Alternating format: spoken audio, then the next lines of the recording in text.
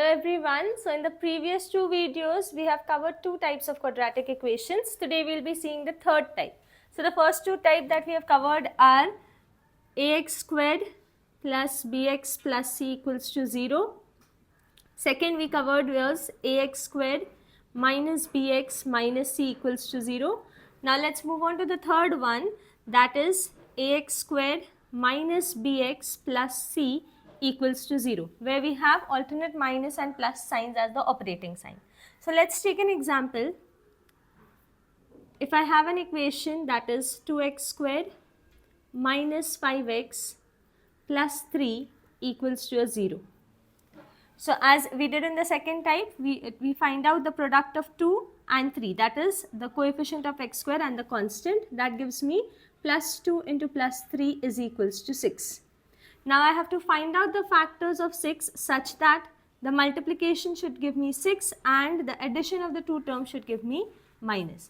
So in this case, where the first term has a negative, where the first operating sign is negative and the second operating sign is positive, both my factors are going to have negative sign. That means if I take two factors of 6, both should get a negative sign. Let's begin with the first factor, that is 1 and 6. Minus 1 into minus 6 will give me plus 6. But when I add minus 1 and minus 6, it gives me minus 7, which is not my middle term. So I go to the next factor, that is minus 2 and minus 3.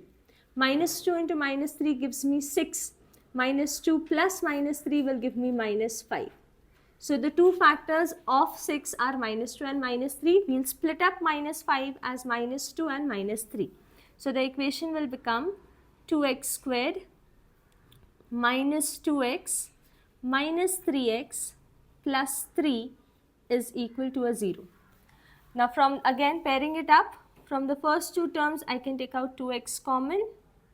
I am left with x minus 1 over here. From the next two terms I can take out minus 3 common. Again I am left with x minus 1 over here equals to 0. X minus 1 is the common term, take it together. So x minus 1 into the remaining term, that is 2x minus 3 is equal to 0. So we get that x minus 1 is equal to a 0 or 2x minus 3 is equal to a 0. Therefore, we say that x is equal to 1, or from here we will get 2x is equal to 3. Therefore, x is equal to 3 by 2. So the two roots of the quadratic equation are x equal to 1 and x is equal to 3 by 2. Hope this too is clear to you all.